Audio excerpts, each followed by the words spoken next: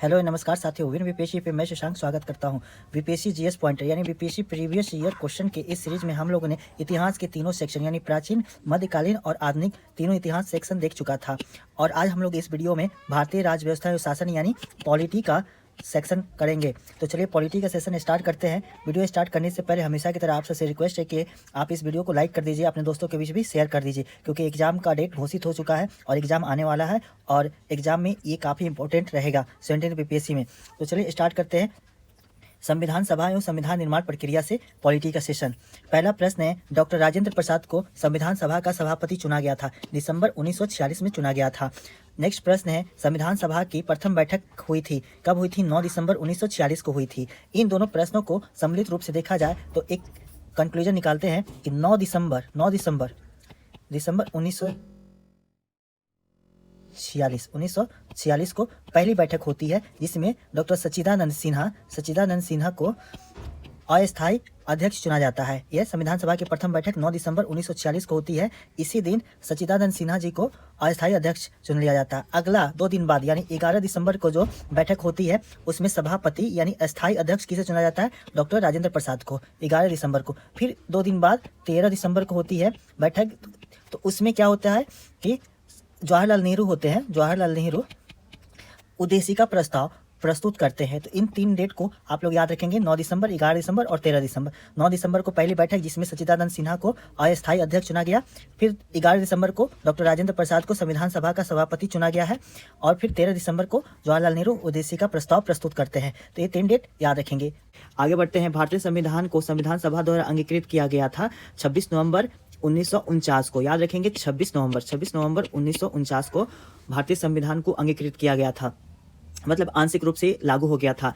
संविधान को 26 जनवरी के दिन लागू करने के निर्णय इसलिए किया गया था क्योंकि कांग्रेस ने इस तिथि को 1930 में स्वतंत्रता दिवस के रूप में मनाया था। आप लोग को पता होगा कि 1930 से ही स्वतंत्रता दिवस मनाया जा रहा था, जो कि कांग्रेस का अधिवेशन हुआ था 1930 में। तो उसके बाद से 26 जनवरी को स्वतंत्रता दिवस मनाने का फैसला लिया गया था। और इसी को मतलब कि 26 जनवरी को जो दिन था उसको ऐतिहासिक रूप से बरकरार रखने के लिए 26 जनवरी 1950 को संविधान लागू किया गया था।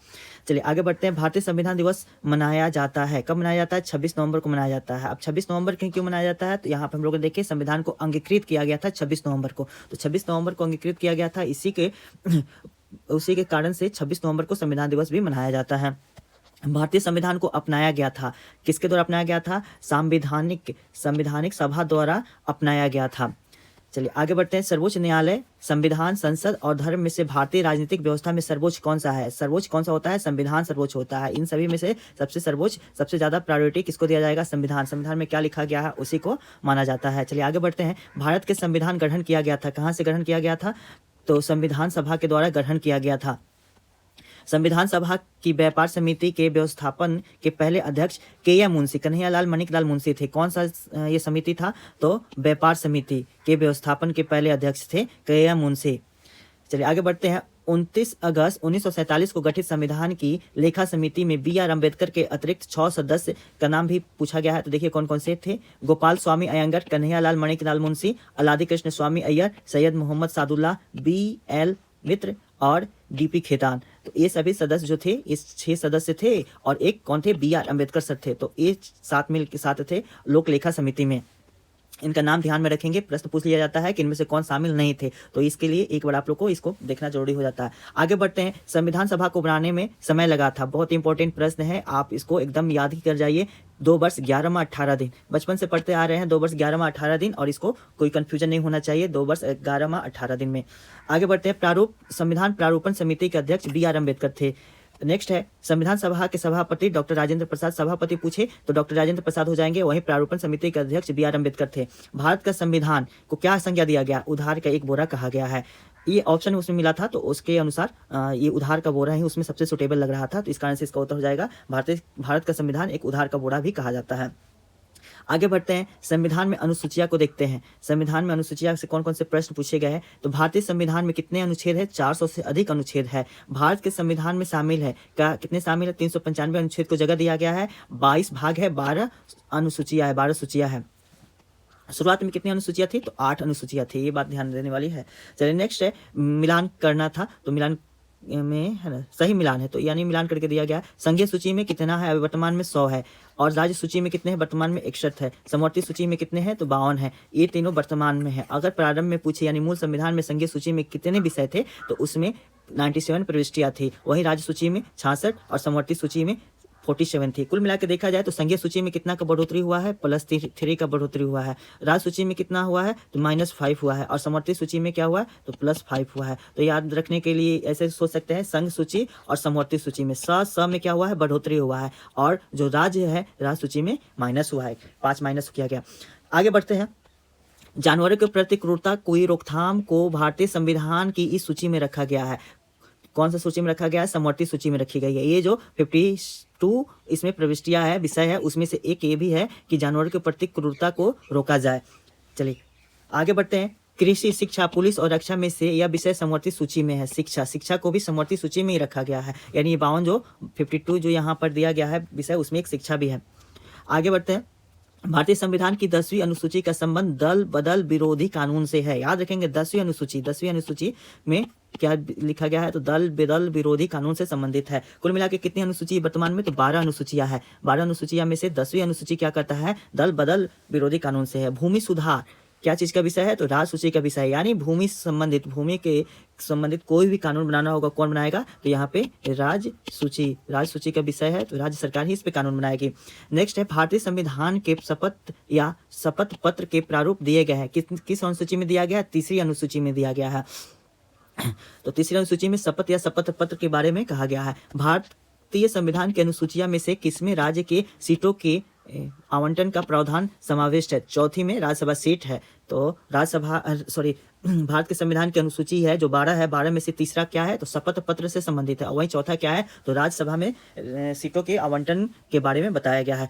जो भी हमारी अनुसूचियां है, 12 अनुसूचियां है, इसे एकदम याद कर जाइए, आप लोग समझ जाइए। कोई भी ट्रिक बनाइए, ट्रिक मैंने भी याद किया था, कहिएगा तो हम शेयर कर देंगे, उसके माध्यम से आप लोग इसको याद कर लीजिए। आगे बढ़ते हैं। अस्पृश्यता को समाप्त किया गया था, किस के द्वारा समाप्त किया गया था, तो भारतीय संविधान के अनुच्छेद 17 के द्वारा समाप्त किया गया था। यह अनुच्छेद 17 जो है, यह समता का अधिकार के अंतर्गत अनुच्छेद 17 है, जिसमें कहा गया है कि अस्पृश्यता को अंत किया जाना चाहिए, अंत किया गया है। आगे बढ़ते हैं। पांचवी अनुसूची किस विशेष समूह के लोगों के हितों का शासन और संरक्षण से संबंधित है। यह अनुसूचित जनजातियां से संबंधित है। देखिए बार बार अनुसूची से प्रश्न पूछा जा रहा है, कौन सा अनुसूची किससे संबंधित है। हम लोगों ने दूसरा पढ़ लिया, तीसरा पढ़ लिया, और यहाँ पे तीसरा पढ़ लिया, चौथा पढ़ लिया, और यहाँ पे 5वां भी आ गया। इसके पहले हम लोग 10वां पढ़ लिया, और आगे भी आप लोग को 11, 12 भी मिलेंगे। तो ऐसे आप लोग को ये याद होना चाहिए, 12 के 12 अनुसूची के बारे में एटलीस्ट एक बार जरूर देख लेना चाहिए। तो पांचवी अनुसूची किससे है, तो अनुसूचित जनजाति यानी शेड्यूल ट्राइब से संबंधित है। आगे बढ़ते हैं। भारतीय संविधान में समवर्ती सूची ली गई है ऑस्ट्रेलिया से। ऑस्ट्रेलिया के संविधान से समवर्ती सूची उधार ली गई है, कह सकते हैं। आगे बढ़ते हैं। भारतीय संविधान में कौन सी अनुसूची नगर पालिकाओं के कार्यों को निर्दिष्ट करती है। नगर पालिका से संबंधित अनुसूची 12वीं अनुसूची होती है। 12वीं अनुसूची नगर पालिका। 11वीं अनुसूची जो है वो क्या है, पंचायती राज से संबंधित है। वहीं 12वीं अनुसूची नगर पालिका से संबंधित है। 10वीं अनुसूची क्या चीज से था, तो हम लोग थोड़ा देर पहले ही देखा था, दल बदल विरोधी कानून से था। चलिए आगे बढ़ते हैं। भारतीय संविधान में कैबिनेट शब्द का उल्लेख केवल एक स्थान पर होता है। कहाँ पे होता है, तो ये अनुच्छेद 352 में होता है। 352 क्या चीज से है, 352 राष्ट्रीय आपात से है, नेशनल इमरजेंसी से संबंधित है। 352 उसी में कैबिनेट शब्द का उल्लेख किया गया है। इसके अलावा पूरे संविधान में कहीं भी कैबिनेट शब्द का उल्लेख नहीं मिला है। नेक्स्ट है, इस प्रधानमंत्री के कार्यकाल के दौरान भारत के संविधान में 9वीं अनुसूची को पुनर्स्थापित किया गया था। जवाहरलाल नेहरू के टाइम में ही 9वीं अनुसूची बनाया गया था, यानी 8 अनुसूची संविधान सभा द्वारा बनाया गया था। 9वीं अनुसूची जवाहरलाल नेहरू जो प्रधानमंत्री थे, उन्हीं के कार्यकाल में 9वीं अनुसूची जोड़ा गया था। और 9वीं अनुसूची क्या चीज से संबंधित है, तो यह न्यायपालिका के हस्तक्षेप से विमुक्त किया गया था, और इसमें भूमि सुधार कानून को भी रखा गया था।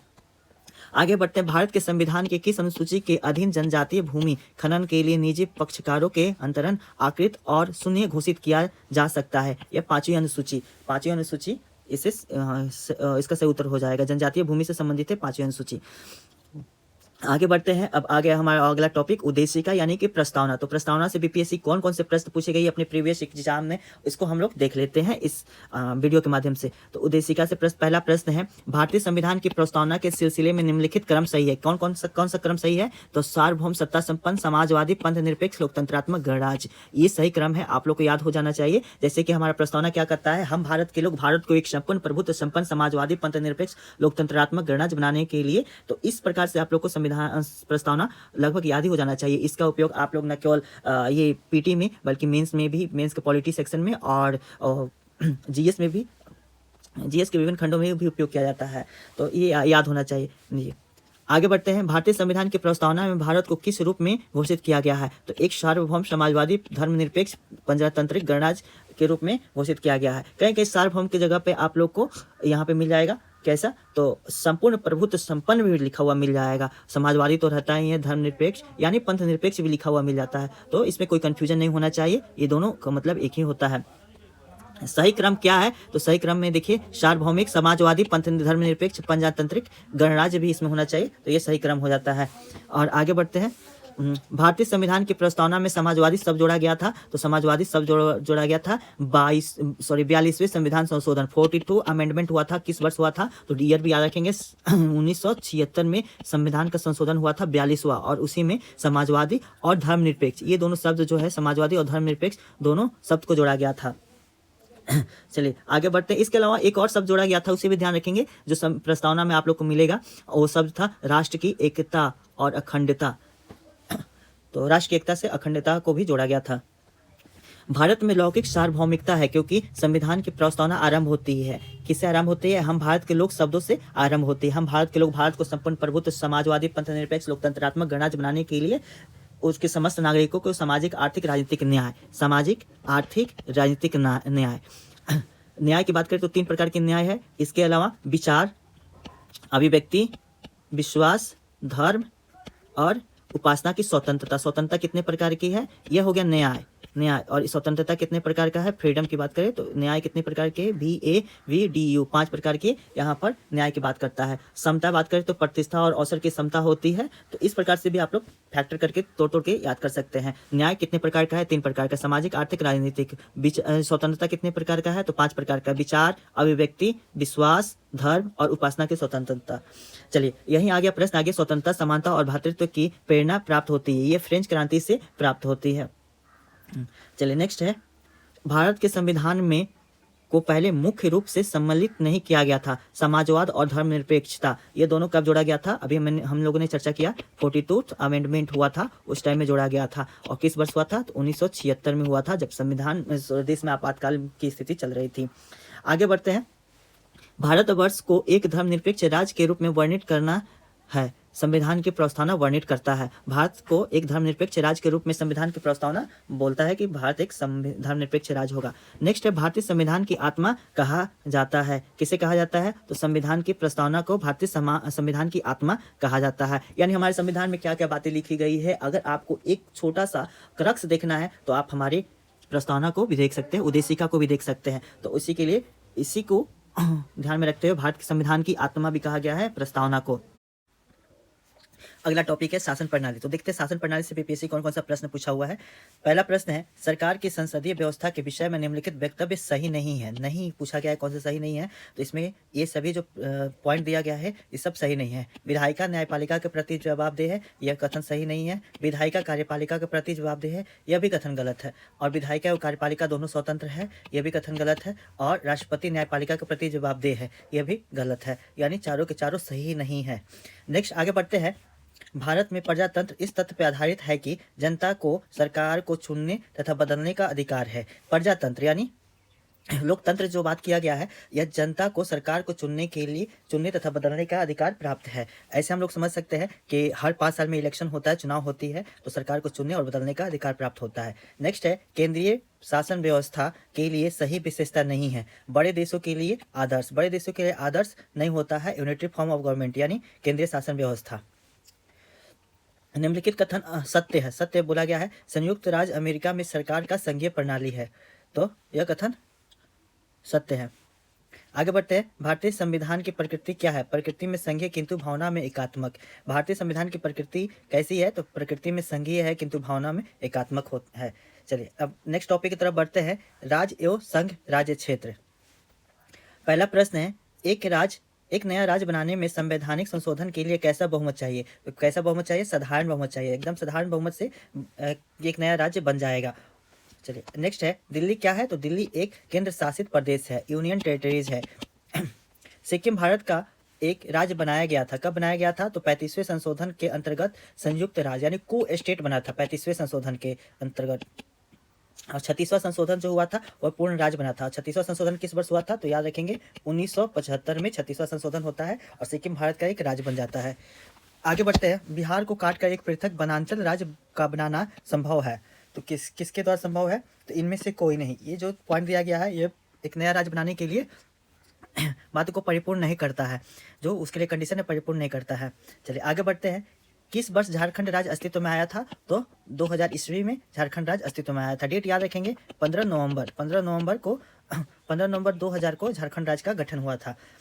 आज़ादी के बाद भाषा के आधार पर भारत के राज्यों का पुनर्गठन किस वर्ष में हुआ? तो 1956 में भाषा के आधार पर राज्यों के पुनर्गठन हुआ था। चलिए नेक्स्ट है, भारतीय संघ का 28वां राज्य कौन सा है? तो झारखंड है। 28वां राज्य झारखंड। 29वां कौन सा था? तो तेलंगाना था। लेकिन अभी जो जम्मू एंड कश्मीर था वो राज्य से हटा के उसको यूनियन टेरिटरी बनाया गया था। तो अभी वर्तमान में कितने स्टेट है? तो अभी वर्तमान में 28 स्टेट ही है। और यूनियन टेरिटरी कितने हैं? तो 8 यूनियन टेरिटरीज है।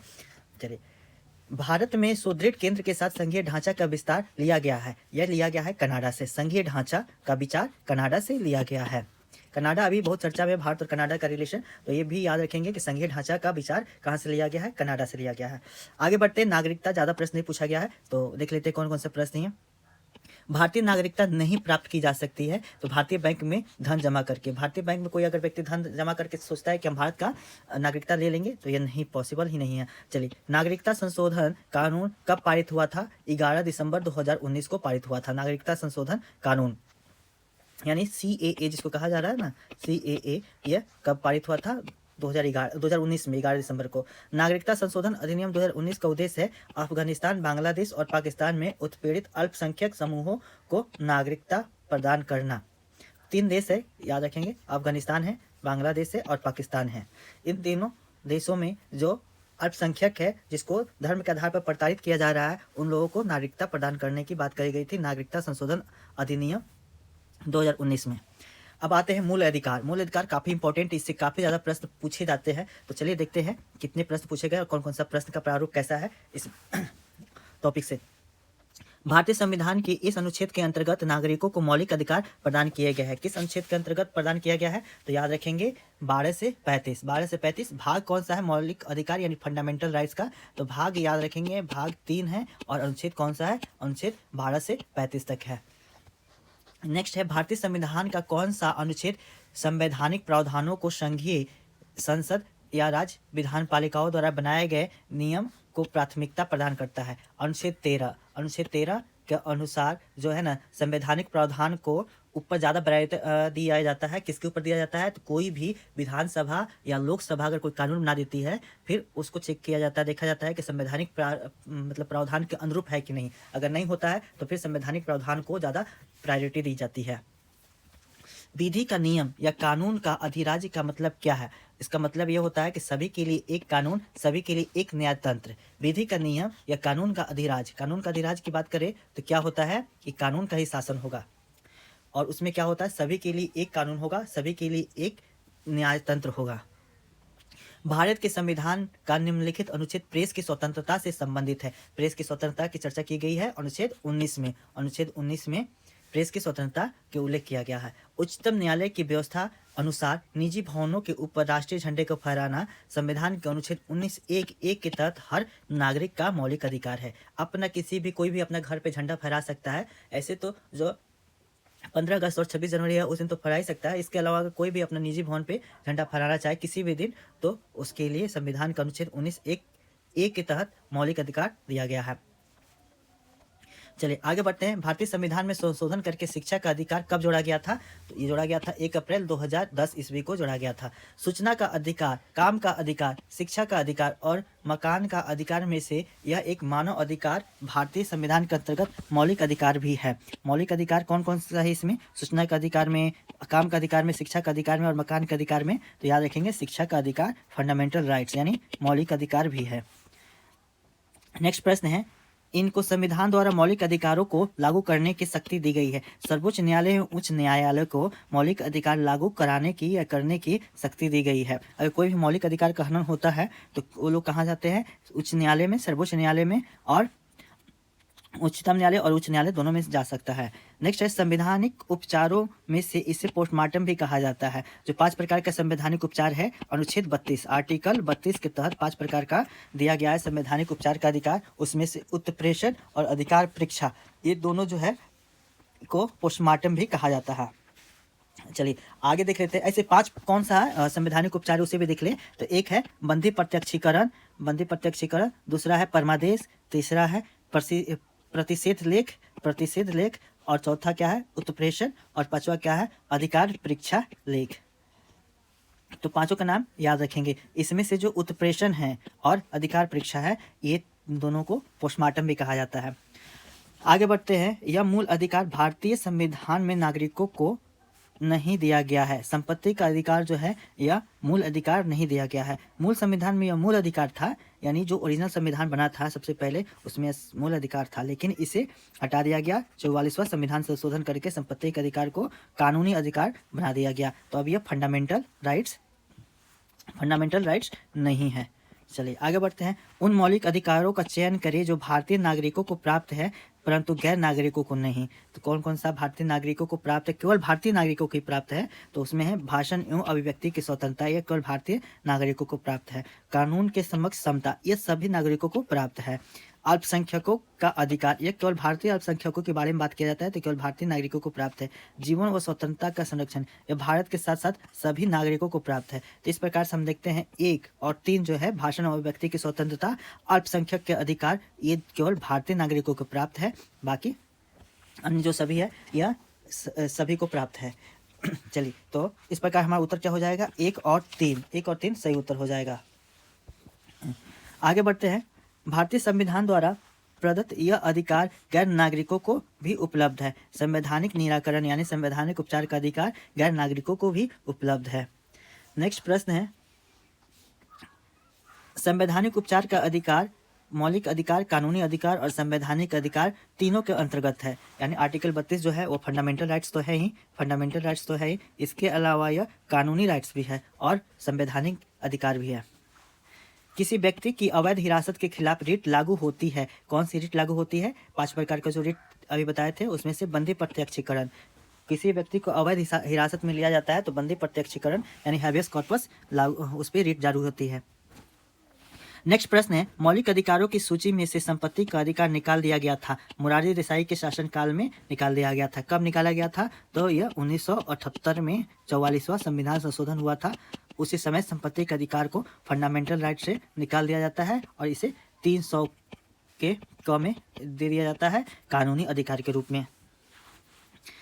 भारतीय संविधान के अनुच्छेद 14 में लिखा हुआ कानून के समक्ष समता कहाँ से लिया गया है? यह ब्रिटेन से लिया गया है। कानून के समक्ष समता समानता यह ब्रिटेन से लिया गया है। नेक्स्ट है, भारतीय संविधान में मौलिक अधिकारों का विचार यूएसए से लिया गया है। संयुक्त राज्य अमेरिका से लिया गया है फंडामेंटल राइट्स।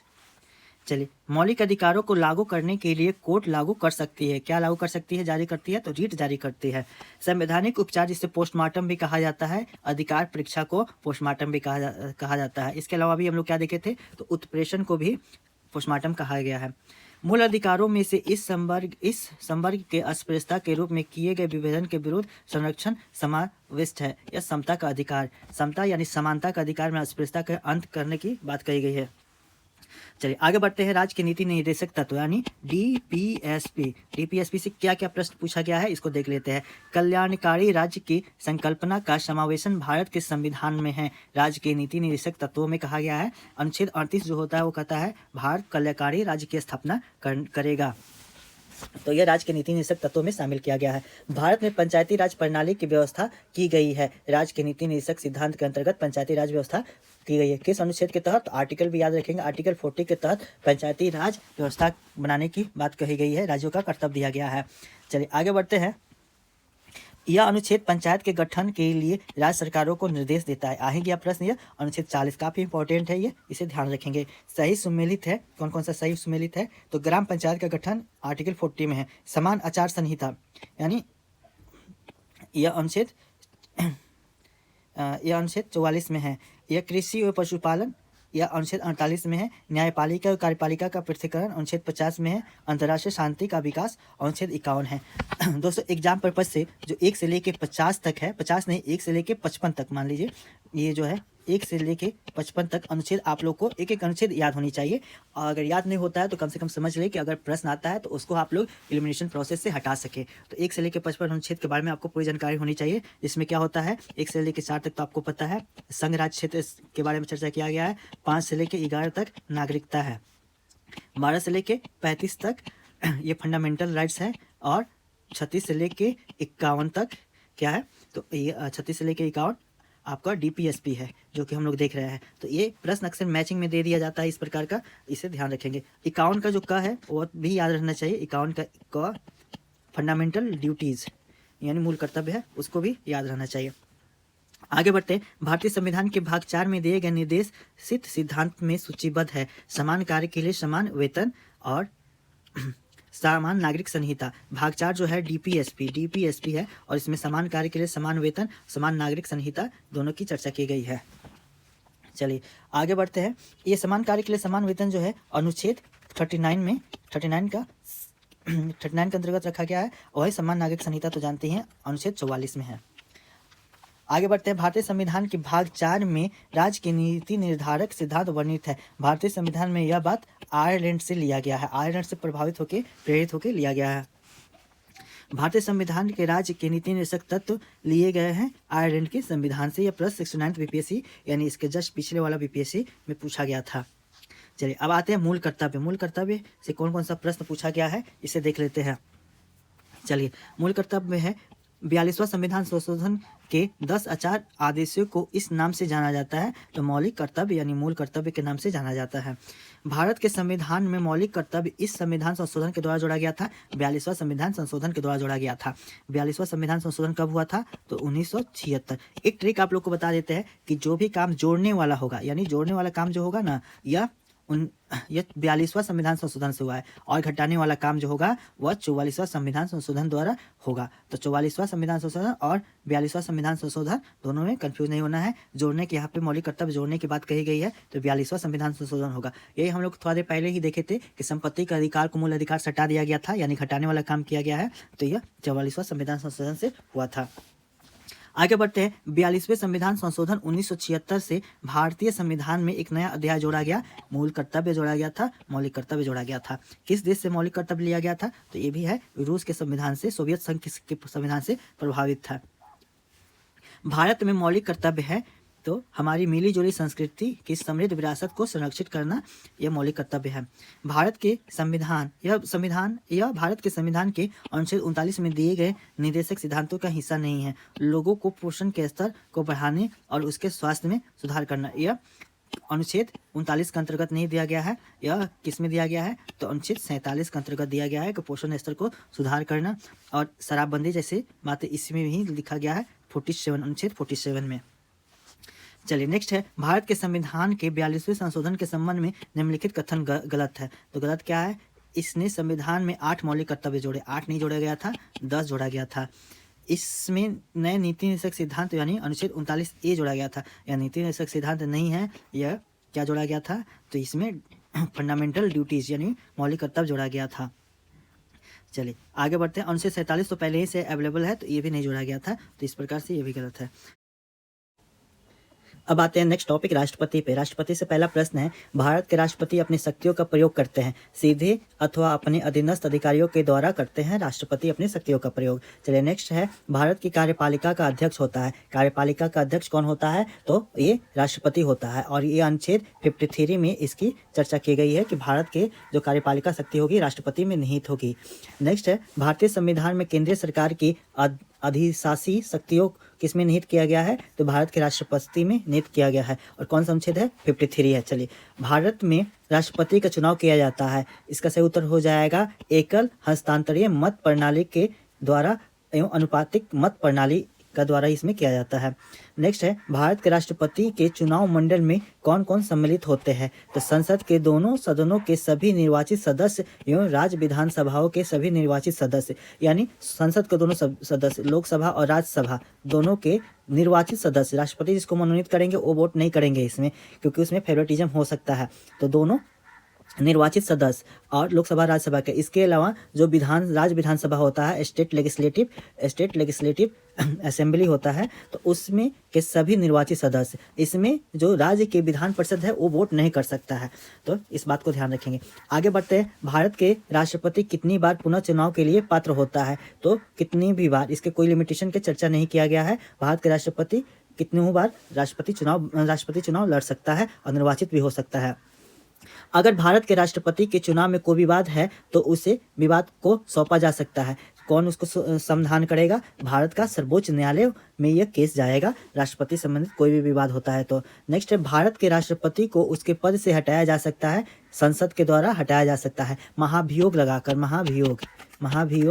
हटाया जा सकता है। और ये अनुच्छेद 61 में इसकी चर्चा की गई है।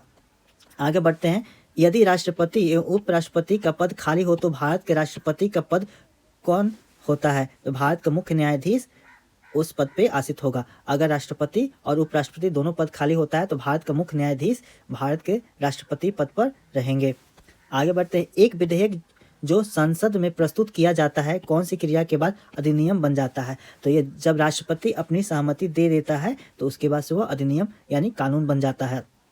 जैसे पहले लोकसभा या राज्यसभा में पेश होगा, फिर इसके बाद से लोकसभा में अगर पास हो जाता है तो राज्यसभा जाएगा, राज्यसभा से अगर पास हो जाता है तो फिर लोकसभा जाएगा, यानी बारी बारी से दोनों सदन से पास होने के बाद से वह राष्ट्रपति के पास जाएगा। राष्ट्रपति अगर उस पर साइन कर देता है तो वह अधिनियम बन जाती है।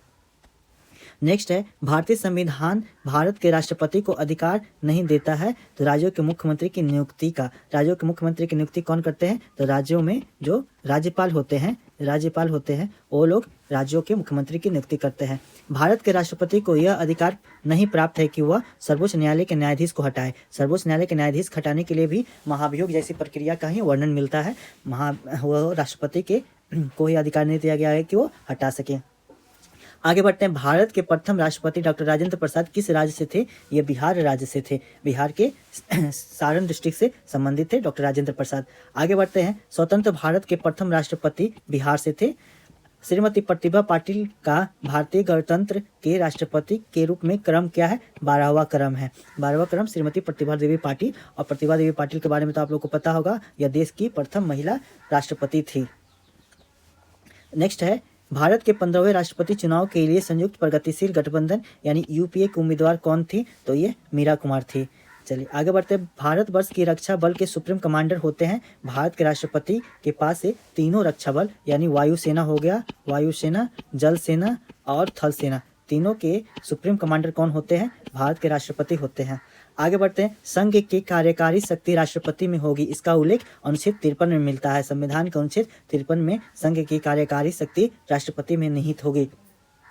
राष्ट्रपति अपने पद पर आसीन होने के बाद पद ग्रहण करेंगे, 5 वर्षों के लिए पद ग्रहण करेंगे राष्ट्रपति। और यह किस में कहा गया है? तो अनुच्छेद 56 में कहा गया है कि उनका कार्यकाल 5 वर्षों का होगा। भारत के संविधान में राष्ट्रपति की महाभियोग की प्रक्रिया चर्चा उल्लेख है। तो अनुच्छेद 61 में महाभियोग की प्रक्रिया का उल्लेख किया गया है। चलिए आगे बढ़ते हैं, संसद के सत्रावसान के समय अध्यादेश जारी करने की शक्ति निहित होती है तो राष्ट्रपति में निहित होती है। अगर संसद उस समय नहीं चल रही है और कोई कानून की आवश्यकता पड़ जाती है तो उस समय अध्यादेश जारी करके तत्कालिक रूप से कानून बनाया जा सकता है। और इसी को चर्चा किया गया, अध्यादेश जारी करने की जो शक्ति दी गई है राष्ट्रपति में निहित होती है। द्रौपदी मुर्मू है तो भारत की 15वीं राष्ट्रपति अभी वर्तमान में जो है श्रीमती द्रौपदी मुर्मू है। चलिए, निम्नलिखित भारत के राष्ट्रपति का संवैधानिक विशेषाधिकार नहीं है। पुनर्विचार के लिए एक वित्तीय विधेयक की वापसी करना यह राष्ट्रपति का संवैधानिक विशेषाधिकार में नहीं आता है। आगे बढ़ते हैं। उच्च न्यायालय में न्यायाधीशों की संख्या निर्धारित करने का अधिकार है राष्ट्रपति के पास।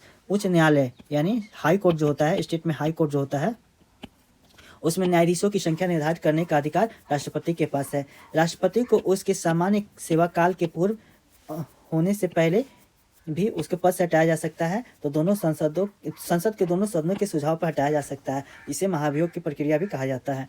चलिए, अब आते हैं उपराष्ट्रपति पे। उपराष्ट्रपति इस टॉपिक में पहला प्रश्न है जो कि 67वीं बीपीएससी एग्जाम में पूछा गया था।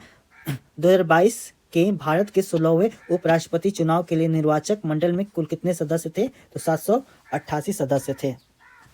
राज्यसभा का सभापति उपराष्ट्रपति होते हैं। राज्यसभा का पदेन अध्यक्ष कौन होते हैं? तो ये भी उपराष्ट्रपति होते हैं।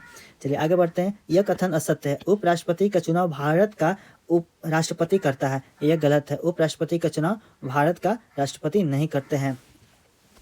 मोहम्मद हामिद अंसारी का भारत के उपराष्ट्रपति के रूप में क्रमांक है 12वां क्रमांक है। चलिए, भारत के उपराष्ट्रपति का चुनाव किया जाता है तो संसद के दोनों सदनों के सभी सदस्य चाहे निर्वाचित हो या मनोनीत के दोनों के द्वारा उपराष्ट्रपति का चुनाव किया जाता है। कौन कौन चुनाव में शामिल होते हैं? तो संसद, लोकसभा, राज्यसभा के सभी सदस्य, राज्यसभा के सभी सदस्य इसमें भाग लेंगे, चाहे वो निर्वाचित हो या मनोनीत हो। आगे बढ़ते केंद्रीय मंत्रिमंडल। भारत का प्रधानमंत्री मुख्य है तो केंद्रीय सरकार का भारत का प्रधानमंत्री मुख्य होता है। संविधान में मंत्रिमंडल शब्द एक ही बार प्रयोग हुआ है, किस अनुच्छेद में हुआ है? तो अनुच्छेद 352 में मंत्रिमंडल यानी कैबिनेट शब्द का प्रयोग हुआ है। आमतौर पर भारत के प्रधानमंत्री होते हैं तो लोकसभा के सदस्य होते हैं। आमतौर पर लोकसभा के सदस्य होते हैं, लेकिन राज्यसभा के भी सदस्य हो सकते हैं। जैसे कि मनमोहन सिंह जी जो थे वो राज्यसभा के अध्यक्ष थे। वर्तमान में नरेंद्र मोदी जी हैं वो लोकसभा के सदस्य हैं और उनका लोकसभा संसदीय क्षेत्र जो है वो बनारसी है। चलिए आगे बढ़ते हैं। भारत के प्रधानमंत्री किसके प्रति जवाबदेह हैं? तो लोकसभा के प्रति जवाबदेह। लोकसभा में उनसे प्रश्न पूछा जाता है और उसके प्रति वो जवाबदेह होते हैं। मंत्रिपरिषद उत्तरदायी होते हैं तो लोकसभा के प्रति मंत्रिपरिषद सामूहिक रूप से उत्तरदायी होते हैं। संघीय मंत्रिपरिषद में मंत्री सामूहिक रूप से उत्तरदायी होते हैं तो केवल लोकसभा के प्रति ही सामूहिक रूप से उत्तरदायी होते हैं। चलिए आगे बढ़ते हैं। भारतीय राजनीतिक व्यवस्था में कार्यपालिका विधायिका के अधीन रह के कार्य करती है। किसके अधीन रह के कार्य करेगी? कार्यपालिका विधायिका के अधीन रह के कार्य करेगी।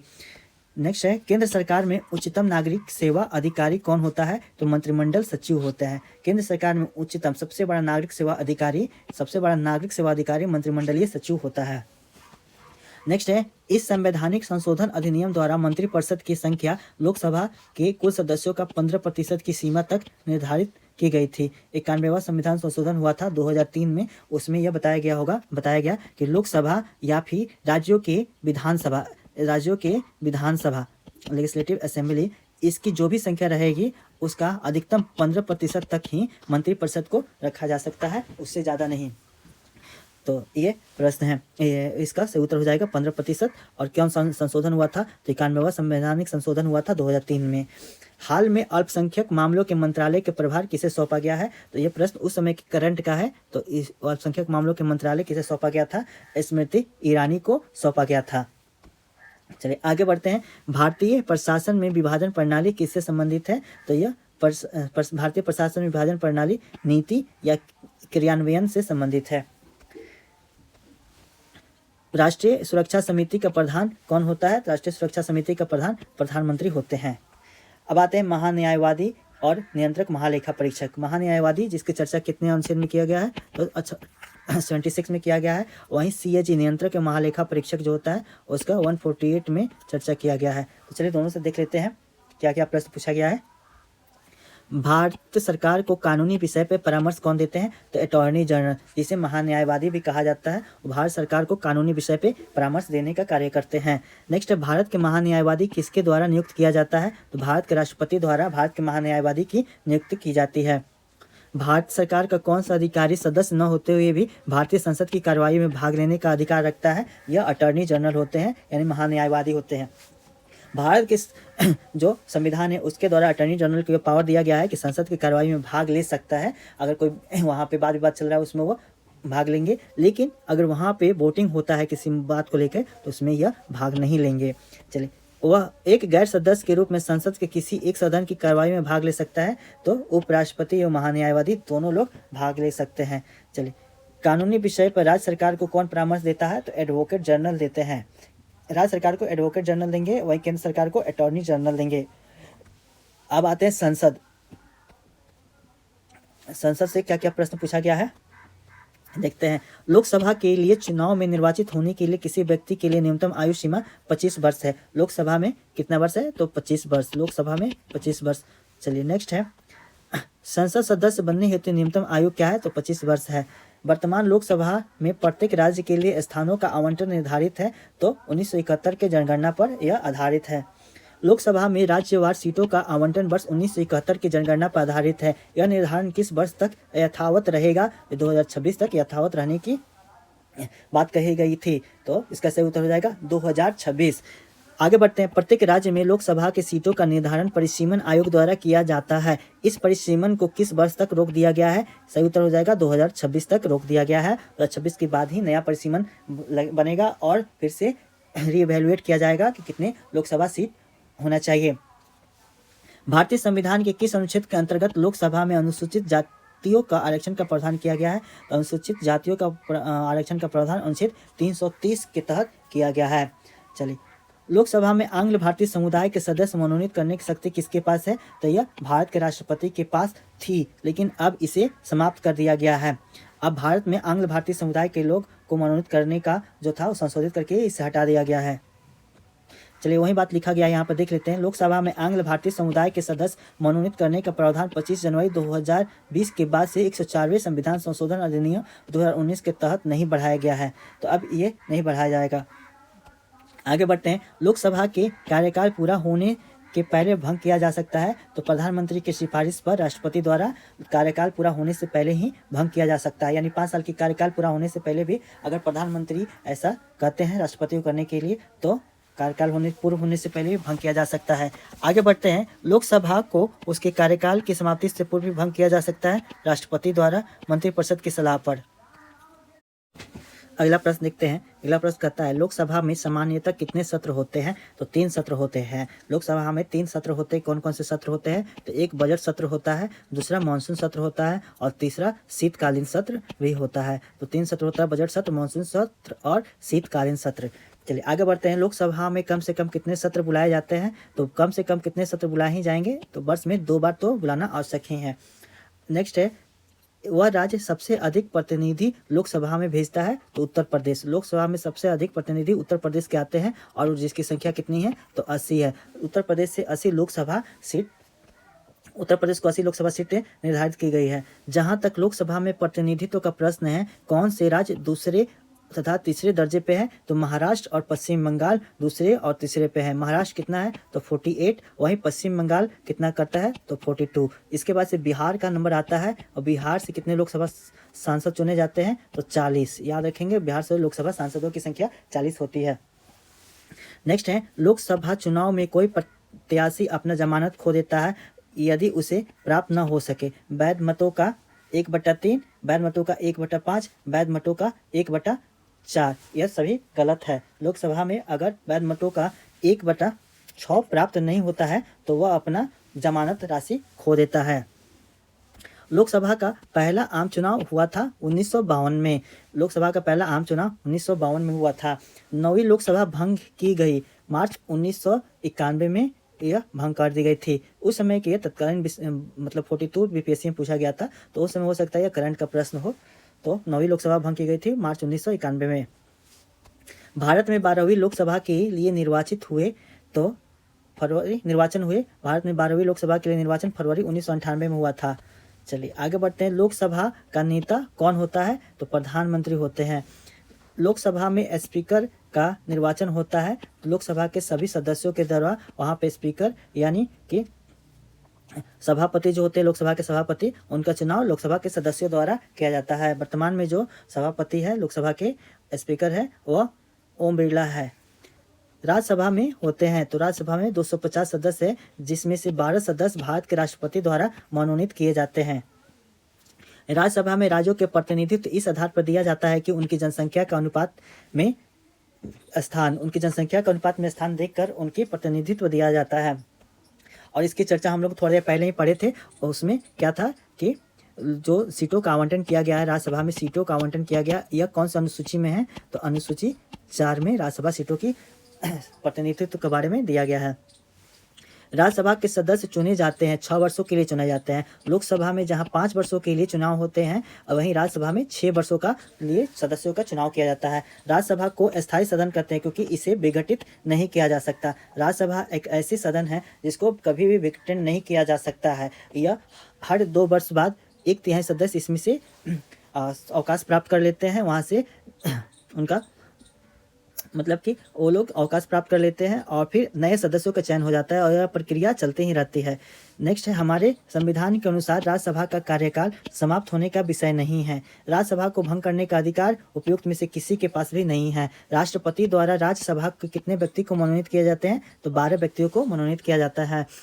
किस सभा का अध्यक्ष उसका सदस्य नहीं होता है, तो राज्यसभा का अध्यक्ष जो होते हैं वो उस राज्यसभा का सदस्य नहीं होते हैं, उपराष्ट्रपति होते हैं। उपराष्ट्रपति राज्यसभा के सदस्य नहीं होते हैं। राज्यसभा के चेयरमैन हैं भारत के उपराष्ट्रपति। उपराष्ट्रपति संसद का हिस्सा होता है, सॉरी राष्ट्रपति के बारे में पूछा गया, तो राष्ट्रपति होता है संसद के हिस्सा होता है। संसद के बारे में जो चर्चा किया गया है, तो अनुच्छेद कौन सा है, अनुच्छेद 79 के तहत कहा गया है कि भारत का संसद में 3 भागों में बांटा गया है। पहला होता है लोकसभा, दूसरा होता है राज्यसभा, और तीसरा जो है वह राष्ट्रपति। ये तीनों को भारत का संसद कहा गया है, और इसके जो सदस्य होते हैं, इन दोनों के सदस्य होते हैं, उनको सांसद कहा जाता है। चलिए आगे बढ़ते हैं। संसद के दोनों सत्रों के बीच अधिकाधिक अंतराल होना चाहिए, तो सबसे अधिक अंतराल 6 महीना होना चाहिए, इससे ज़्यादा का अंतराल नहीं हो सकता है। एक एमपी अपना सीट को रिक्त घोषित किया जा सकता है, एक एमपी की सीट को रिक्त घोषित किया जा सकता है यदि वह सदन में लगातार 2 माह की अवधि तक अनुपस्थित रहता है, तो उसे किस सीट को रिक्त घोषित किया जा सकता है। आगे बढ़ते हैं। राजनीतिक शब्दावली में शून्यकाल का अर्थ है, तो ये प्रश्न उत्तर सत्र से संबंधित है। शून्यकाल संसद के दोनों सदनों के संयुक्त अधिवेशन आयोजित किया जाता है एक ऐसे विधेयक पर विचार करने और उसे पारित करने के लिए जिस पर दोनों सदन में मतभेद हो, उसी के लिए संयुक्त अधिवेशन का प्रावधान किया गया है। अनुच्छेद भी याद रखेंगे। अनुच्छेद कौन सा है, तो 108 अनुच्छेद के तहत संयुक्त अधिवेशन राष्ट्रपति के कहने पे बुलाया जाता है। लोकसभा के अध्यक्ष इसका नेतृत्व करते हैं। और यह किसके लिए बुलाया जाता है, तो कुछ ऐसे विधेयक होते हैं जिसपे दोनों सदनों में मतभेद हो जाता है। नेक्स्ट है, संविधान के अनुच्छेद 113 के अनुसार वार्षिक बजट में अनुदान की मांगे संसद में पेश की जाती है, तो यह इसका सही उत्तर उपयुक्त में से कोई नहीं हो जाएगा। चलिए नेक्स्ट है, भारतीय संविधान के अनुच्छेद 110 के अनुसार धन विधेयक की परिभाषा में क्या सम्मिलित है, तो धन विधेयक में सम्मिलित है टैक्स लगाना, समाप्त करना और उसके विनियमन में प्रत्यावर्तन, भारत के संचित निधि के धन को विनियोग करना, भारत के संचित निधि से खर्च का विवरण देना। ये सभी जो बातें हैं यह 110 के अनुसार धन विधेयक की परिभाषा में सम्मिलित है। आगे बढ़ते हैं। धन विधेयक पेश किया जा सकता है या केवल लोकसभा में पेश किया जा सकता है। नेक्स्ट है, निम्नलिखित सही नहीं है, यानी गलत कौन सा है, तो गलत है धन विधेयक की शुरुआत राज्यसभा में होती है, राज्यसभा में नहीं होती है। यह जब भी होगी तो लोकसभा में ही होगी। लेखानुदान बना होता है, तो बजट पारित होना लंबित होने के कारण निधि आवंटन हेतु लेखानुदान बना होता है। कटौती प्रस्ताव का उद्देश्य क्या होता है, तो कटौती प्रस्ताव बजट प्रस्तावों को खर्च में कमी का प्रस्ताव प्रस्तुत करता है, यानी बजट प्रस्ताव में खर्च की कमी करने के लिए कटौती प्रस्ताव पेश किया जाता है। नेक्स्ट, लोक लेखा समिति अपनी रिपोर्ट प्रस्तुत करती है, लोकसभा के स्पीकर को अपना रिपोर्ट प्रस्तुत करती है लोक लेखा समिति। चलिए, यह संसदीय समिति कार्यपालिका के नियम विनियम बनाने के लिए प्रत्यायोजित शक्ति से संबंधित है। तो अधीनस्थ विधान पर समिति जो होती है वह संसदीय समिति है जो नियम विनियम बनाने हेतु प्रायोजित शक्ति से संबंध रखती है। भारत के संसद का व्यय नियंत्रित किया जाता है, तो भारत के संसद द्वारा भारत के संसद का बजट नियंत्रित किया जाता है। राष्ट्रपति द्वारा राज्यसभा के लिए नामित सदस्यों की संख्या कितनी होती है, तो यह 12 होती है। राष्ट्रपति द्वारा राज्यसभा के लिए कितने सदस्य मनोनीत किए जाते हैं, नामित किया जाता है? तो 12 सदस्य। नेक्स्ट है, राज्यसभा में प्रतिनिधित्व में शामिल है तो भारत के राष्ट्रपति द्वारा मनोनीत सदस्य। इसके अतिरिक्त प्रत्यक्ष रूप से नागरिकों द्वारा उनके प्रतिनिधि के माध्यम से चुने गए सदस्य भी इसके प्रतिनिधित्व में शामिल होते हैं।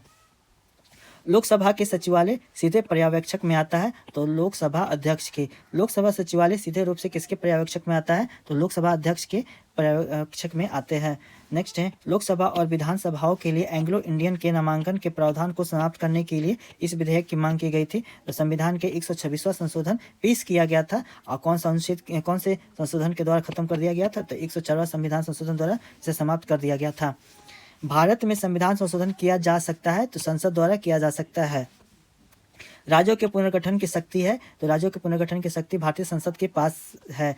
किस अनुच्छेद के तहत अध्यक्ष किसी सदन के किसी भी सदस्य को अपनी मातृभाषा में बोलने की अनुमति दे सकता है? तो अनुच्छेद 120 के 1 के तहत संसद को अपनी मातृभाषा में बोलने के अनुमति दिया जा सकता है। यह प्रश्न 69th बीपीएससी में पूछा गया था।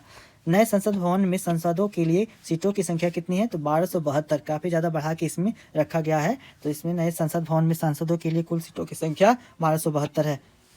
राज्यसभा के पास लोकसभा से ज़्यादा शक्ति है। किस विषय में ज़्यादा शक्ति है? तो एक नई अखिल भारतीय सेवा के निर्माण के लिए राज्यसभा को ज़्यादा शक्तियाँ दिया गया है लोकसभा के कंपेरिजन में। तो याद रखेंगे, नई अखिल भारतीय सेवा बनाने के लिए राज्यसभा को ज़्यादा शक्ति है। भारत में संविधान में संशोधन की प्रक्रिया शुरू की जा सकती है। एक किसके द्वारा की जा सकती है? तो लोकसभा और राज्यसभा दोनों द्वारा संविधान संशोधन की प्रक्रिया प्रारंभ की जा सकती है। यानी संसद के किसी भी सदन द्वारा अगर संशोधन करना हो तो वहाँ पे ये प्रक्रिया प्रारंभ की जा सकती है। बस धन विधेयक जो होता है उसमें केवल लोकसभा ही प्रारंभ कर सकती है। इसके अलावा नई अखिल भारतीय सेवा जो होता है तो उसको राज्यसभा प्रारंभ कर सकती है।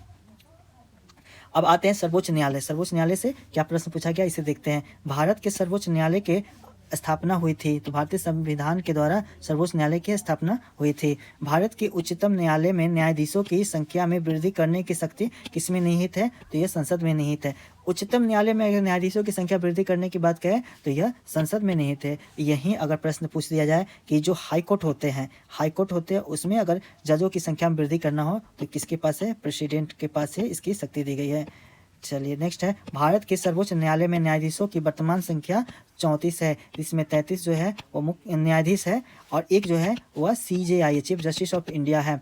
चलिए आप लोग को बताना है कि हाल ही में कौन नए CJI के रूप में नियुक्त किया गया, किसे नियुक्त किया गया है, जो कि भारत के 51 CJI है। इनका नाम बताना है। आगे बढ़ते हैं, भारतीय सर्वोच्च न्यायालय में न्यायाधीशों की नियुक्ति कौन करते हैं? तो ये राष्ट्रपति करते हैं। सर्वोच्च न्यायालय के न्यायाधीश अपने पद से त्याग पत्र किसको लिख कर दे सकता है? तो राष्ट्रपति को लिख के दे सकता है। सर्वोच्च न्यायालय में न्यायाधीशों की सेवानिवृत्ति की आयु 65 वर्ष है। निम्नलिखित कथन सही नहीं है। तो सर्वोच्च न्यायालय कोर्ट मार्शल को छोड़कर अन्य किसी भी उच्च न्यायालय अदालतों की सुनवाई कर सकता है। यह कथन गलत है। न्यायिक पुनर्विलोकन का अर्थ यह है कि सर्वोच्च न्यायालय राज्य के किसी भी कानून को अवैध घोषित कर सकता है। यह न्यायिक पुनर्विलोकन का अर्थ होता है। चलिए आगे बढ़ते हैं, भारत में न्यायिक प्रणाली किस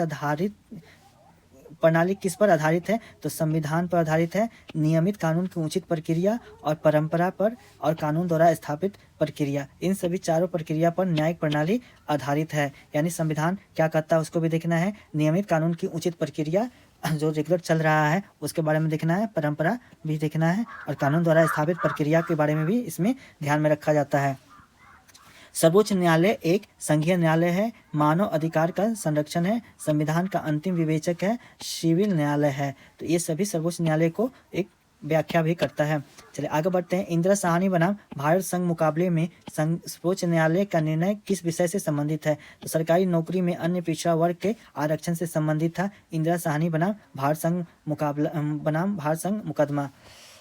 नेक्स्ट है, AS आनंद 1990 के दशक के अंत में किस पद पर कार्यरत थे? तो भारत के मुख्य न्यायाधीश के रूप में AS आनंद जी 1990 के दशक के अंत तक यह भारत के मुख्य न्यायाधीश के पद पर थे। हाल ही में भारत की संसद ने 3 तलाक कानून पारित करके भारत के सर्वोच्च न्यायालय के किस वर्ष के विनिर्माण को समर्थन दिया, जिसने 3 तलाक यानी तलाक़ बिदअत को असंवैधानिक बना दिया था? तो ये 2017 में 3 तलाक को असंवैधानिक बता दिया गया था।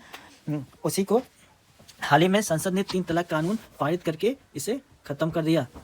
आगे बढ़ते हैं। भारतीय संविधान में सर्वोच्च न्यायालय के मूल अधिकार क्षेत्र को परिभाषित किया जाता है। तो अनुच्छेद 131 के द्वारा मूल अधिकार को परिभाषित किया जाता है। भारत के सर्वोच्च न्यायालय से संबंधित है तो कोलेजियम प्रणाली, अपीलीय अधिकार क्षेत्र, मूल अधिकार क्षेत्र, ये तीनों जो होता है ये सर्वोच्च न्यायालय से संबंधित है। आगे बढ़ते हैं। भारत के सर्वोच्च न्यायालय ने इस मामले में संभावित अधिनिर्णय के सिद्धांत को अपनाया। यह गोलकनाथ बनाम पंजाब राज्य केस जो आया था उसमें सर्वोच्च न्यायालय ने संभावित अधिनिर्णय के सिद्धांत को अपनाया था। कोलिजियम प्रणाली के बारे में निम्नलिखित कथन सही है। क्या सही है? तो सुप्रीम कोर्ट कोलिजियम 5 सदस्यीय निकाय है जिसका नेतृत्व भारत के मौजूदा मुख्य न्यायाधीश करते हैं और इसमें उस समय न्यायालय के 4 अन्य वरिष्ठतम न्यायाधीश शामिल होते हैं। नेक्स्ट, उच्च न्यायालय और उच्च न्यायालयों के न्यायाधीशों की नियुक्ति कोलेजियम प्रणाली के माध्यम से की जाती है। यह दोनों कथन सही है। आगे बढ़ते हैं। सर्वोच्च न्यायालय की न्यायिक समीक्षा शक्ति से संबंध में निम्नलिखित कथन असत्य है। गलत कथन कौन सा है? तो अपने निर्णय की समीक्षा करने और संशोधन करने के कोई अधिकार नहीं है। यह कथन बिल्कुल गलत है। संविधान के अनुसार जो सुप्रीम कोर्ट है वह अपना निर्णय को भी रिव्यू कर सकती है और अपने जजमेंट को भी बदल सकती है। चलिए आगे बढ़ते हैं। भारतीय न्यायपालिका विलासी मुकदमेबाजी से ग्रसित है। यह किसने कहा था? तो उच्चतम न्यायालय के ये NV रमन्ना ने कहा था। भारतीय न्यायपालिका विलासी मुकदमेबाजी से ग्रसित है। बहुत ज़्यादा यहाँ पे मुकदमा पड़ा हुआ है, पेंडिंग पड़ा हुआ है। ऐसे कहा जाता है लगभग 5 करोड़ मुकदमा जो है भारतीय न्यायालयों में पड़े हुए हैं। तो NV रमन्ना का कथन था। आगे बढ़ते हैं। उच्च न्यायालय के अधिकार क्षेत्र में बदलाव किया जा सकता है। तो सिर्फ संसद के द्वारा ही बदलाव किया जा सकता है। इस प्रकार से उच्चतम न्यायालय, सर्वोच्च न्यायालय समाप्त होता है। सर्वोच्च न्यायालय से भी काफ़ी ज़्यादा प्रश्न पूछा गया है तो ये भी एक इम्पोर्टेंट टॉपिक बन जाता है बीपीएससी के पॉइंट ऑफ व्यू से। चलिए आगे बढ़ते हैं। अब आते हैं हम लोग राज्य विधानमंडल एवं मंत्रिपरिषद। तो देखते हैं राज्य विधानमंडल और मंत्रिपरिषद से क्या क्या प्रश्न पूछे गए हैं। पहला प्रश्न है, राज्य सरकार का कार्यकारी अध्यक्ष संवैधानिक प्रमुख कौन होता है? तो यह राज्यपाल होते हैं। कार्यकारी अध्यक्ष पूछे या संवैधानिक प्रमुख पूछे राज्य सरकार का तो ये राज्यपाल इसका उत्तर हो जाएगा। किसी राज्य के राज्यपाल नियुक्त किया जाता है, किसके द्वारा नियुक्त किया जाता है? तो राष्ट्रपति के द्वारा किसी राज्य के राज्यपाल की नियुक्ति की जाती है। नेक्स्ट है, भारतीय संविधान के अनुसार राज्यों की विधायिका में सम्मिलित है। कौन सम्मिलित है? तो राज्यपाल, विधानसभा एवं विधान परिषद जहां इसका अस्तित्व है। विधान परिषद सभी राज्यों में नहीं है, वर्तमान में केवल 6 राज्यों में है। तो 6 राज्यों में ही जो राज्य की विधायिका है उसमें सम्मिलित है। भारत में राज्य विधान पालिकाओं यानी स्टेट लेजिस्लेटिव का उच्च सदन है तो विधान पालिका परिषद जो है वह उच्च सदन होता है और विधान सभा जो होता है वो निम्न सदन होता है। भारत के किसी राज्य में विधान परिषद का सृजन अथवा उसकी समाप्ति की जा सकती है तो राज्य विधानसभा के तथ्य संबंधी संकल्प पारित कर संसद द्वारा उसका बनाया भी जा सकता है और उसका विघटन भी किया जा सकता है। और इसकी चर्चा अनुच्छेद 169 में किया गया है कि राज्य विधान परिषद का विधान परिषद को बना भी सकती है और विघटित भी कर सकती है। आगे बढ़ते हैं। नेक्स्ट प्रश्न है, राज्य विधान परिषद के सदस्य इस श्रेणी से नहीं चुने जाते हैं तो किस श्रेणी से नहीं चुने जाते हैं? तो उद्योगपति श्रेणी से नहीं चुने जाते हैं। केरल, हिमाचल प्रदेश, दिल्ली और बिहार राज्यों में से यहाँ विधान परिषद है तो बिहार। 6 राज्यों में कुल विधान परिषद है। कौन कौन से राज्य है इसे भी आप लोग याद कर ले। जैसे सबसे पहले आता है बिहार और इससे सटा हुआ है यूपी, ये दोनों राज्यों में आता है। फिर इधर आता है महाराष्ट्र और इससे सटा हुआ है कर्नाटका, तो ये दोनों राज्य हो जाता है। और फिर इधर आ जाता है तेलंगाना और आंध्र प्रदेश, तो ये दो जो है पेयर में बना के आप लोग याद कर सकते हैं। बिहार और यूपी, महाराष्ट्र और कर्नाटका और इधर तेलंगाना और आंध्र प्रदेश, यही 6 राज्यों में विधान परिषद है। नेक्स्ट है, भारतीय संविधान के अनुच्छेद में राज्य की विधानसभाओं के निर्वाचन का प्रावधान प्रस्तुत करता है तो अनुच्छेद 170 राज्य की विधानसभाओं के निर्वाचन का प्रावधान प्रस्तुत करता है। अरुणाचल प्रदेश, हिमाचल प्रदेश, मणिपुर और मेघालय में से इस राज्य में विधानसभा के सदस्यों की संख्या अधिक है तो हिमाचल प्रदेश में सबसे अधिक है और हिमाचल प्रदेश में जो है विधानसभा सदस्यों की संख्या सबसे अधिक है।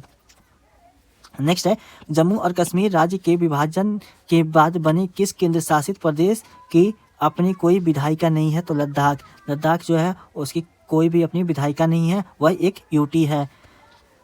यदि किसी राज्य की विधानसभा के अध्यक्ष स्पीकर अपने पद त्यागना चाहे तो वो अपना त्यागपत्र किसे देंगे? उपाध्यक्ष को देंगे। विधानसभा के अध्यक्ष जो है वो अगर अपना त्यागपत्र देना है तो विधानसभा के उपाध्यक्ष को सौंपेंगे।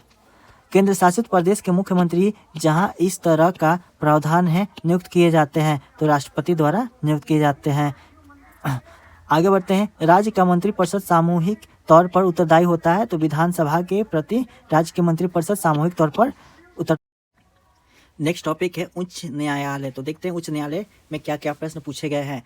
पहला प्रश्न है, इलाहाबाद, दिल्ली, गुजरात और मुंबई उच्च न्यायालयों में से यह एक से अधिक राज्य और केंद्र शासित प्रदेश के लिए है, तो बम्बई उच्च न्यायालय। बम्बई उच्च न्यायालय जो है वो एक से अधिक राज्य और केंद्र शासित प्रदेश के लिए है। और बम्बई में कौन कौन सा होता है? तो एक तो सबसे पहले महाराष्ट्र राज्य हो जाता है, इसके अलावा गोवा राज्य का भी निर्णय देता है। दादर एवं नागर हवेली दमन एवं दीव, यानी दादर नागर हवेली दमन एवं दीव के लिए भी बम्बई उच्च न्यायालय में ही फैसला सुनाए जाते हैं। चलिए आगे बढ़ते हैं। एक उच्च न्यायालय के न्यायाधीश अपना त्यागपत्र संबोधित करता है, तो राष्ट्रपति को संबोधित करके उच्च न्यायालय के न्यायाधीश अपना त्यागपत्र देते हैं। बाबरी मस्जिद राम जन्मभूमि का विवाद जो इलाहाबाद उच्च न्यायालय लखनऊ न्यायपीठ के समक्ष है, यह प्रकार है, तो स्वत्वाधिकार मुकदमा है, यानी टाइटल सूट है। नेक्स्ट है, किस उच्च न्यायालय ने यह फैसला दिया कि एक ही बार में 3 बार तलाक कहने से तलाक होना गैर कानूनी है? तो यह इलाहाबाद उच्च न्यायालय ने कहा था। तलाक की बिद्दत जिसे कहा जाता है, एक ही बार 3 तलाक कहने से तलाक नहीं होगा, यह गैर कानूनी है, इलाहाबाद कोर्ट ने कहा था। भारत में चलित न्यायालय यानी मोबाइल कोर्ट के मानस पुत्र है डॉक्टर APJ अब्दुल कलाम। उन्हीं का कहना था कि मोबाइल कोर्ट होना चाहिए, चलित न्यायालय होना चाहिए। अब आते हैं केंद्र राज्य संबंध, आपात उपबंध और वित्त आयोग। उससे प्रश्न क्या क्या पूछे गए हैं देख लेते हैं। निम्नलिखित में से किस वर्ष सरकारी आयोग जिसने केंद्र राज्य संबंधों में परिवर्तन की संतुष्टि का अधिकार दिया था अपना प्रतिवेदन जमा किया था? याद रखेंगे 1988। सरकारी आयोग जिसका संबंध केंद्र राज्य संबंधों से है और वो अपना जो संतुष्टि था प्रतिवेदन था वो 1988 में जमा किया था। भारतीय संविधान का अनुच्छेद 300 किससे संबंधित है? तो यह संबंधित है मुकदमे तथा कार्यवाही से, अनुच्छेद 300 का संबंध है। किस अनुच्छेद के अनुसार भारत के राष्ट्रपति द्वारा राष्ट्रीय आपातकाल की घोषणा की जा सकती है? अनुच्छेद 352 के द्वारा भारत के राष्ट्रपति द्वारा राष्ट्रीय आपातकाल की घोषणा की जाती है। राष्ट्रपति राष्ट्रीय आपातकाल की घोषणा कर सकते हैं तो हथियार बंद विद्रोह के आधार पर, बाह्य आक्रमण के आधार पर और युद्ध के आधार पर, इन तीनों आधार पर राष्ट्रपति जो है अनुच्छेद 352 का प्रयोग करके राष्ट्रीय आपात लागू कर सकते हैं। प्रायः किसकी सलाह पर राज्य में राष्ट्रपति शासन लागू किया जाता है? तो ये गवर्नर यानी राज्यपाल के कहने पर राष्ट्रपति शासन लागू किया जाता है। आगे बढ़ते हैं। प्रथम आपातकाल की स्थिति की घोषणा समय काल के लिए सीमित की जा सकती है, तो 6 महीना के लिए की घोषित की जा सकती है, आपातकाल की घोषणा की जा सकती है। नेक्स्ट है, भारत के वित्त आयोग के संदर्भ में निम्नलिखित कथन सही है? तो वित्त आयोग के संबंध में कौन सा कथन सही है? तो संविधान के अनुच्छेद 280 के तहत वित्त आयोग स्थापित किया गया था, यह सही है। वित्त आयोग द्वारा ही की गई सिफारिशें प्रकृति में केवल सलाहकार है, यह सलाहकारी संस्था के रूप में काम करती है, यह कथन भी सही है। तो इस प्रकार से दोनों सही हो जाएगा। नेक्स्ट है, इस अनुच्छेद के अंतर्गत वित्त आयोग के गठन का प्रावधान किया गया है। अनुच्छेद 280 के तहत वित्त आयोग का गठन किया जाता है राष्ट्रपति द्वारा। चलिए, भारत में संघीय वित्त आयोग का संबंध रखता है राज्यों और केंद्र के बीच वित्त से, राज्य और केंद्र के बीच वित्त के बंटवारा से संबंधित है वित्त आयोग। इसका गठन अनुच्छेद 280 के तहत किया जाता है। अब आते हैं अगले टॉपिक पे जिसका नाम है लोकपाल और महत्वपूर्ण आयोग। लोकपाल और महत्वपूर्ण आयोग से बीपीएससी द्वारा भी प्रश्न पूछे गए हैं, उसके बारे में देख लेते हैं। पहला प्रश्न है, योजना आयोग की स्थापना कब हुई थी? काफी इंपॉर्टेंट प्रश्न है, डेट याद रखेंगे। 15 मार्च 1950 को योजना आयोग यानी प्लानिंग कमीशन की स्थापना की गई थी 15 मार्च 1950 को। किस राज्य में पहला लोकायुक्त स्थापित हुआ था? महाराष्ट्र राज्य में पहला लोकायुक्त की स्थापना किया गया था। आगे बढ़ते हैं, स्वतंत्र भारत में प्रथम विधि आयोग के अध्यक्ष कौन थे? श्री MC सीतलवाड़ प्रथम विधि आयोग के अध्यक्ष थे स्वतंत्र भारत में। चलिए, नेक्स्ट है संविधान समीक्षा आयोग जिसने फरवरी 2000 ईस्वी में गठित किया गया था, के अध्यक्ष है? तो M.N. वेंकटचलैया। उस समय संविधान समीक्षा आयोग जो फरवरी 2000 में गठित किया गया था, उसके अध्यक्ष M.N. वेंकटचलैया थे।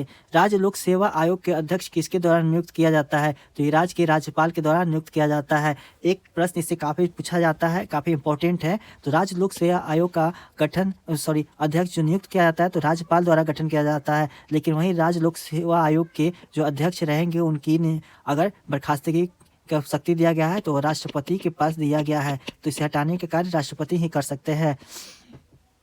नेक्स्ट है बिहार, सिक्किम, हिमाचल प्रदेश और जम्मू और कश्मीर में से इस राज्य को केंद्र सरकार द्वारा विशेष श्रेणी दर्जा कभी प्रदान नहीं किया गया? तो बिहार को विशेष राज्य का दर्जा नहीं दिया गया है और इसके लिए बिहार में लगातार मांग किया जाता है कि बिहार को भी विशेष राज्य का दर्जा दिया जाना चाहिए। विशेष राज्य में बेसिकली जो केंद्र प्रायोजित योजनाएं होती है उसमें केंद्र का अंश ज़्यादा होता है और केंद्र सरकार उसे फंड भी ज़्यादा देती है। चलिए अब आते हैं चुनाव आयोग और राजनीतिक दल। चुनाव आयोग और राजनीतिक दल, चलिए इससे प्रश्न देखते हैं। भारत के संविधान का कौन सा अनुच्छेद भारतीय निर्वाचन आयोग की स्थापना से संबंधित है? तो अनुच्छेद 324। अनुच्छेद 324 का संबंध भारत में निर्वाचन आयोग की स्थापना से संबंधित है। केंद्र और राज्यों की व्यवस्थापिकाएं के लिए मतदान की न्यूनतम आयु सीमा 21 वर्ष से घटाकर 18 वर्ष की गई थी। तो 61वां संविधान संशोधन हुआ था 1989 में, उसी वर्ष 18 वर्ष कर दिया गया था। पहले कितना वर्ष था? तो 21 वर्ष से घटा के 18 वर्ष कर दिया गया था 61वां संविधान संशोधन 1989 के तहत।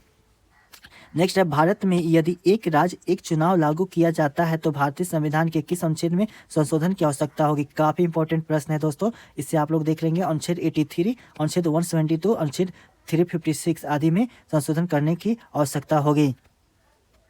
चलिए नेक्स्ट है भारत में मतदान के लिए प्रयोग की जाने वाली मशीन VVPAT का संस्करण क्या है? तो यह M3 प्रकार की मशीन है, M3 प्रकार का संस्करण है, इसे भी ध्यान रखेंगे। नेक्स्ट है भारत के राजनीतिक दलों का संबंध में निम्नलिखित कथन सही है? लोक प्रतिनिधित्व अधिनियम 1951 राजनीतिक दलों के पंजीकरण का प्रावधान करता है, यह कथन सही है। इसके अलावा राजनीतिक दलों का पंजीकरण निर्वाचन आयोग करता है, यह भी सही है। राष्ट्रीय स्तर पर राजनीतिक दल वह है जो जिसे 4 या अधिक राज्यों में मान्यता प्राप्त है, उसी को राष्ट्रीय दल की मान्यता दिया जाता है, यह कथन भी सही है। 1999 के आम चुनाव में निर्वाचन आयोग द्वारा मान्यता प्राप्त 6 राष्ट्रीय और 48 राज्य स्तरीय दल थे, यह कथन भी सही है। यानी इस प्रकार से इसका चारों के चारों कथन सही हो जाता है।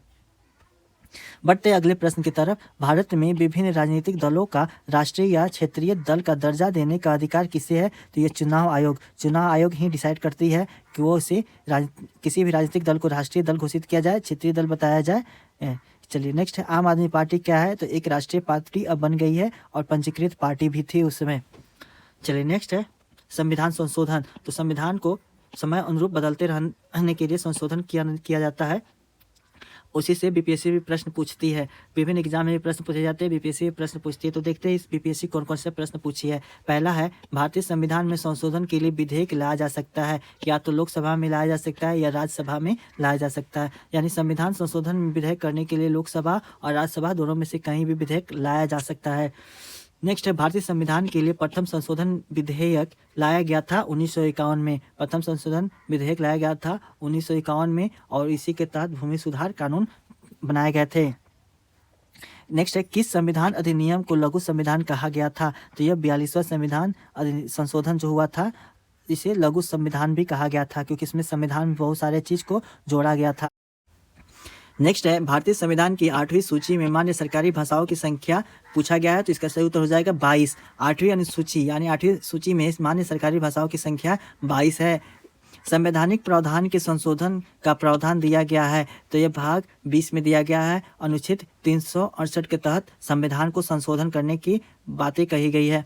दिल्ली में राष्ट्रीय राजधानी क्षेत्र का नाम दिया गया, तो यह 69 संविधान संशोधन कानून के द्वारा राष्ट्रीय राजधानी क्षेत्र NCR का नाम दिया गया था।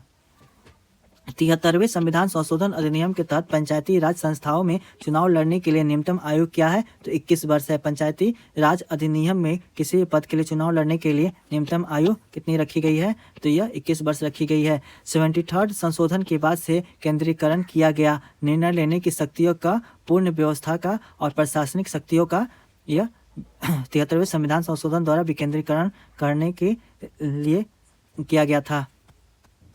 आगे बढ़ते हैं। भारतीय संविधान की प्रस्तावना में समाजवादी एवं धर्मनिरपेक्ष शब्द जोड़े गए थे। 42वां संविधान संशोधन द्वारा समाजवादी और पंथ निरपेक्ष यानी धर्मनिरपेक्ष शब्द जोड़े गए थे। तो अब आ जाते हैं सबसे इम्पोर्टेंट बीपीएससी के पॉइंट ऑफ व्यू से सबसे इम्पोर्टेंट जो है स्थानीय स्वशासन। इससे काफ़ी प्रश्न पूछे जाते हैं। आप प्रीवियस ईयर प्रश्न देख के खुद ही अनुमान लगा सकते हैं कि यह जो टॉपिक है या चैप्टर है कितना इंपॉर्टेंट है। तो चलिए देखते हैं स्थानीय शासन से क्या क्या प्रश्न पूछा गया है। पहला प्रश्न है, भारतीय संविधान के निम्नलिखित अनुच्छेद में से कौन सा अनुच्छेद राज्य सरकारों को ग्राम पंचायत को संगठित करने का निर्देश देता है? अनुच्छेद 40 देता है। डीपीएसपी के अनुच्छेद 40 में राज्य की सरकारों को ग्राम पंचायत के संगठित करने का निर्देश दिया गया है। पंचायती राज को भारतीय संविधान के 73वें संशोधन से के अंतर्गत स्वशासन की इकाइयों के रूप में संगठित किया गया। कौन सा अनुच्छेद था? तो कौन सा संशोधन था? 73वां संविधान संशोधन था, जिसके तहत संगठित करने का प्रयास किया गया। 73वां संविधान संशोधन कानून की वैधानिक शुरुआत किस संविधान संशोधन बिल से हुई थी? तो 64वां संविधान संशोधन बिल पेश किया गया था, उसके तहत इसकी शुरुआत की गई थी। किस संवैधानिक संशोधन के द्वारा पंचायती राज संस्थाओं को संवैधानिक स्तर प्राप्त हुआ? 73वां संविधान संशोधन के तहत इसे प्राप्त हुआ था। और किस वर्ष से हुआ था? तो याद रखेंगे 1992-93। भारत के संविधान का 73वां संविधान संशोधन संबंधित है तो पंचायती राज व्यवस्था से। पंचायती राज व्यवस्था संस्थाओं को 29 कार्यों की सूची किस अनुच्छेद के तहत दी गई है? तो अनुच्छेद 243 के जी के तहत 29 कार्यों की सूची दी गई है। आगे बढ़ते हैं। पुस्तकालय, ईंधन और चारा, ग्रामीण खेल और तकनीकी प्रशिक्षण में से यह संविधान की 11वीं अनुसूची में शामिल नहीं है। तो ग्रामीण खेल जो है यह 11वीं अनुसूची में शामिल नहीं है। 11वीं अनुसूची क्या चीज़ से है? तो यह पंचायती राज से संबंधित विषयों के बारे में चर्चा करता है, जिसमें ग्रामीण खेल शामिल नहीं है। निम्नलिखित कार्य स्थानीय स्वशासन के अधिकार क्षेत्र में नहीं आता है। तो सार्वजनिक स्वशासन के रख रखाव स्थानीय स्वशासन के अधिकार क्षेत्र में नहीं आता है। सार्वजनिक अनुशासन एवं रख रखाव स्थानीय स्वशासन के अधिकार क्षेत्र में नहीं आता है। चलिए आगे बढ़ते हैं। भारत में यह विषय पंचायती राज संस्थाओं की शक्तियों के अंतर्गत नहीं आता है। तो न्यायिक पुनर्वीक्षण जो होता है पंचायती संस्थाओं की शक्तियों के अंतर्गत नहीं है। पंचायत के चुनाव कराने के निर्णय लिया जाता है राज्य सरकार द्वारा और राज्य निर्वाचन आयोग द्वारा इसका चुनाव लिया जाता है। पंचायती राज प्रणाली किस सूची में है? तो राज सूची का यह विषय है पंचायती राज प्रणाली। पंचायती राज विषय है तो यह विषय राज सूची का विषय है। केंद्र राज्य सरकारों ने 2010 तक स्थानीय निकायों में महिलाओं का आरक्षण 50% कर दिया। तो बिहार, मध्य प्रदेश और हिमाचल प्रदेश, ये 3 राज्य जो है बिहार, मध्य प्रदेश और हिमाचल प्रदेश, यह 2010 तक स्थानीय निकायों में यानी लोकल बॉडीज जो होती है उसके चुनाव में 50% महिलाओं को आरक्षण दे दिया था। आगे बढ़ते हैं। इन राज्यों में पंचायती राज संस्थाओं में स्त्रियों को 50% आरक्षण को वैध किया गया है। बिहार, उत्तराखंड, मध्य प्रदेश, हिमाचल प्रदेश, तो इन सभी राज्यों में महिलाओं को 50% आरक्षण दिया गया है पंचायती राज में। आगे बढ़ते हैं। पंचायती राज का प्रधान लक्ष्य क्या है? तो ग्रामवासियों में शक्ति का विकेंद्रीकरण यानी लोकल स्तर पर शक्तियों का विकेंद्रीकरण करने का लक्ष्य रखते हुए पंचायती राज को बनाया गया था। सरकार की पंचायती राज प्रणाली की प्रमुख विशेषताएं क्या है? तो प्रमुख विशेषताएं याद रखेंगे, इनमें से सभी सही है। कौन कौन सा है? तो इसमें सरकार की 3 श्रेणियां होती है, यह सही है। इसका लक्ष्य गांवों को सामाजिक एवं आर्थिक न्याय प्रदान करना है। जिला परिषद में इसके सदस्यों के रूप में कुछ सांसद होते हैं, यह भी सही है। आगे बढ़ते हैं। सफलतापूर्वक कार्य हेतु पंचायती राज को पूरे सहयोग की जरूरत पड़ती है स्थानीय जनता की, यानी सफलतापूर्वक पंचायती राज को पूरा करने के लिए स्थानीय जनता की जरूरत होती है। एक पंचायती समिति एक पंचायती राज संरचना का संचालन करती है ब्लॉक स्तरीय निकाय के स्तर पर। आगे बढ़ते हैं। 11वीं अनुसूची 11 के द्वारा पंचायती राज संस्थाओं को नियंत्रण करने का अधिकार दिया गया है। तो 29 विषयों पर जो अनुसूची 11 में है पंचायती राज, उसमें जो विषय दिया गया है तो 29 विषय दिया गया है। नेक्स्ट है। भारतीय संविधान में पंचायती राज संस्थाओं को संवैधानिक आधार प्रदान किया गया है। 73वें संविधान संशोधन के द्वारा संवैधानिक आधार प्रदान किया गया था। भारत में पंचायती राज प्रतिनिधित्व करता है तो शक्तियों का विकेंद्रीकरण, लोगों की हिस्सेदारी और सामूहिक विकास, ये तीनों बात यानी सही हो जाएगा। यानी कि ये सभी जो है ये सभी के सभी सही है पंचायती राज प्रतिनिधित्व का। उसमें शक्तियों का विकेंद्रीकरण भी होता है, लोगों की हिस्सेदारी होती है और सामुदायिक विकास भी होता है। आगे बढ़ते हैं। यह विकेंद्रीकरण का वैशिष्ट्य नहीं है। स्थानीय समुदायों में आत्मविश्वास को नहीं जगाना, यह गलत है। स्थानीय समुदायों में आत्मविश्वास को बढ़ावा देना, यह इसका उद्देश्य है।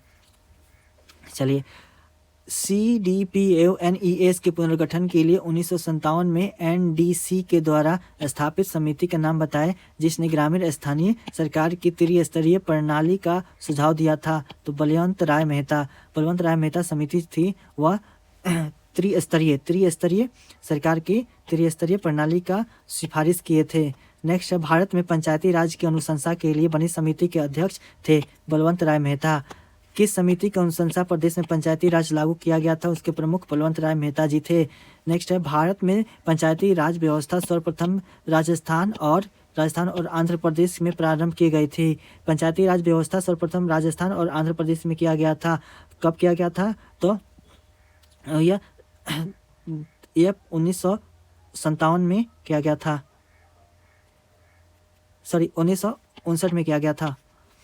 नेक्स्ट, अक्टूबर 1959 में पंचायती राज भारत में सर्वप्रथम प्रारंभ किया गया था। तो राजस्थान में विकेंद्रीकरण प्रणाली की सिफारिश किसने की थी? बलवंत राय मेहता ने किया था। चलिए आगे बढ़ते हैं। पंचायती राज समितियाँ और उसका मिलान करना है। चलिए तो मिलान करके देखते हैं। CH हनुमंता राव, इसका सही उत्तर हो जाएगा 1984। GVK रॉय 1985, अशोक मेहता 1978, LM सिंधवी समिति का गठन हुआ था 1986 में। बलवंत राय मेहता सबसे पहले आए थे, 1957 में इनका गठन हुआ था।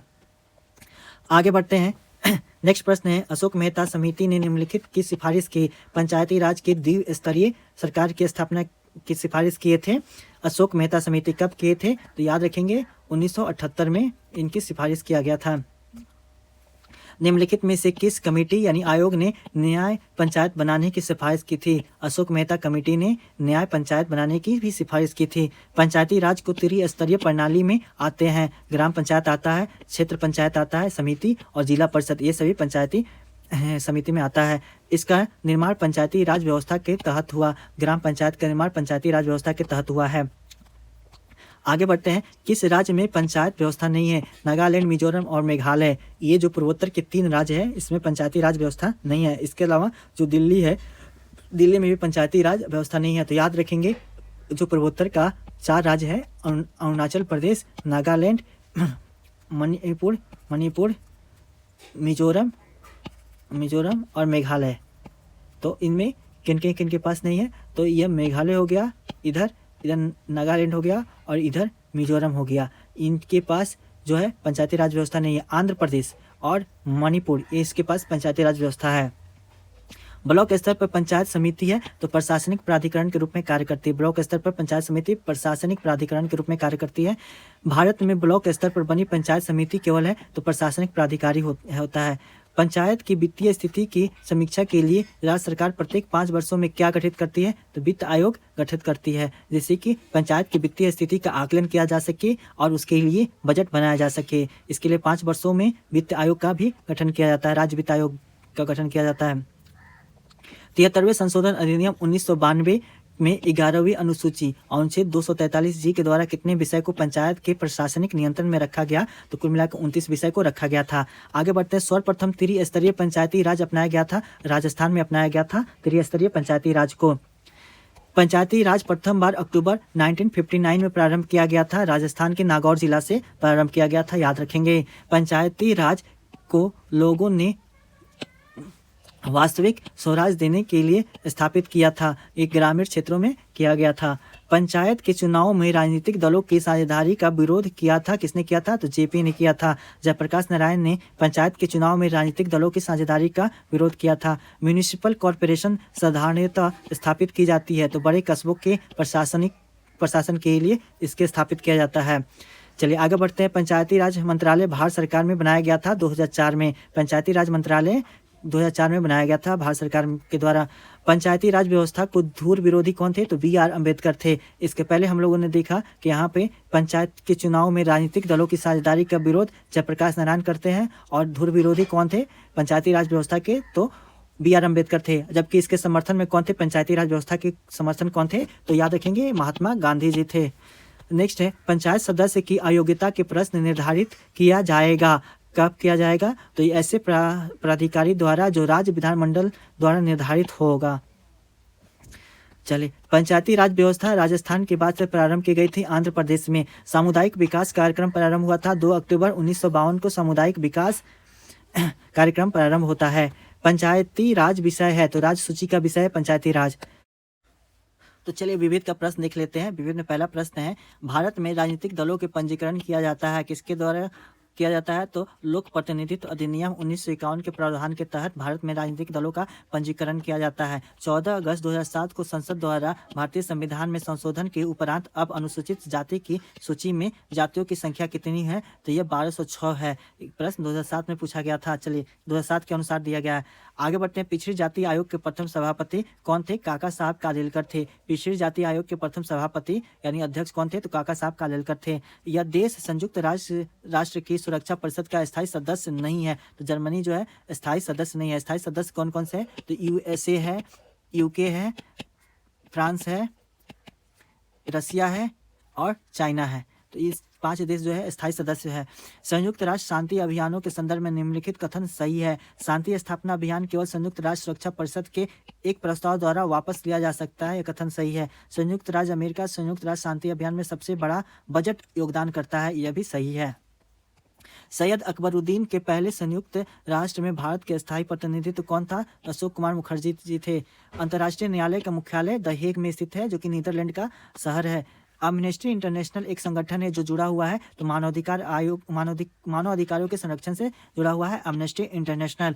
नेक्स्ट है, किस देश की सरकारी रिपोर्ट को येलो बुक कहा जाता है? तो फ्रांस के सरकारी रिपोर्ट को येलो बुक का नाम दिया जाता है। राजेंद्र प्रसाद, जवाहरलाल नेहरू, लाल बहादुर शास्त्री और एच राधाकृष्णन से प्रथम भारत रत्न प्राप्त करने वाले कौन थे? तो एस राधाकृष्णन थे। भारत रत्न से भी इस बार प्रश्न आएंगे, इसे भी देख लिया जाएगा, देख लेना चाहिए, क्योंकि इस बार 5 व्यक्तियों को भारत रत्न दिया गया है, जिसमें से एक बिहार के भी है, कर्पूरी ठाकुर। तो इसे आप लोग भी देख लेंगे। नेक्स्ट है, भारत के प्रथम विधि विश्वविद्यालय की स्थापना अगस्त 1987 में कहाँ की गई थी? बेंगलुरु में की गई थी। प्रथम विधि विश्वविद्यालय की स्थापना अगस्त 1987 में बेंगलुरु में की गई थी। वह यूरोपीय यूनियन देश जो कि फिलिस्तीन राज्य को आधिकारिक मान्यता देने वाला प्रथम है स्वीडन। स्वीडन प्रथम यूरोपीय यूनियन देश है जिसने आधिकारिक मान्यता दिया था। नेक्स्ट है, भारत के संविधान में देवनागरी लिपि में हिंदी के संघ को सरकारी भाषा के रूप में मान्यता देने वाला अनुच्छेद 343 है। जनहित याचिका की धारणा उत्पन्न कहाँ हुई थी? तो सबसे पहले अमेरिका गणराज्य यूएसए में हुआ था। आगे बढ़ते हैं, मिलान करना है इसमें सूची 1 को सूची 2 से। एक तरफ संविधान के मध्य है तो दूसरी तरफ देश जिसे लिया गया है। तो राज्य के नीति निर्देशक तत्व डीपीएसपी कहाँ से लिया गया है? आयरलैंड से लिया गया है। काफी आसान प्रश्न है। मौलिक अधिकार कहाँ से लिया गया है? यूएसए से लिया गया है। राज्यों और संघ और राज्यों के बीच संबंध ऑस्ट्रेलिया से लिया गया है। संघ और राज्यों के बीच संबंध की समर्थित सूची ऑस्ट्रेलिया से लिया गया है। भारतीय राज्यों का संघ यह कनाडा से लिया गया है। राज्यों का संघ जिसमें कि केंद्र को अधिक शक्ति प्रदान की गई है, यह कनाडा से लिया गया है। आगे बढ़ते हैं। नेक्स्ट प्रश्न क्या करता है? तो सर्वोच्च न्यायालय के संविधान का मूलभूत ढांचा सिद्धांत प्रतिपादन किया था केशवानंद भारती प्रकरण में किस वर्ष हुआ था? तो 1973 में केशवानंद भारती प्रकरण का जजमेंट आता है। उसी जजमेंट के तहत उसी जजमेंट में मूल ढांचा सिद्धांत प्रतिपादित किया गया था सर्वोच्च न्यायालय द्वारा। सामुदायिक विकास के पहले कार्यक्रम के रूप में स्थापित किया गया सहयोग आंदोलन। चलिए आगे बढ़ते हैं। यह मसौदा हाल ही में जारी किए गए बाल अधिकारों के संरक्षण के लिए राष्ट्रीय आयोग के दिशा निर्देश को सम्मिलित नहीं करता है। इसका सही उत्तर हो जाएगा बच्चे को खिलाने के लिए अभिभावक। यह मसौदा नहीं करता है। चलिए आगे बढ़ते हैं। चुनाव आयोग के 25 मई 2022 को कितनी पंजीकृत गैर मान्यता प्राप्त राजनीतिक पार्टियों को समाप्त किया, जिनकी संख्या है 87। आगे बढ़ते हैं। राष्ट्रीय महिला आयोग बनाया गया था, तो संसद द्वारा पारित अधिनियम के द्वारा राष्ट्रीय महिला आयोग बनाया गया था। राष्ट्रीय महिला आयोग के भी नई अध्यक्ष बनी है, इनका भी नाम आप लोग कमेंट करके बताएं। चलिए आगे बढ़ते हैं। भारतीय संविधान में 14 वर्ष से कम आयु के बच्चों के लिए मुफ्त शिक्षा प्रदान करने पर जोर देता है। 14 वर्ष से कम है उस आयु के बच्चों के लिए मुफ्त शिक्षा प्रदान करने पर जोर दिया जाता है।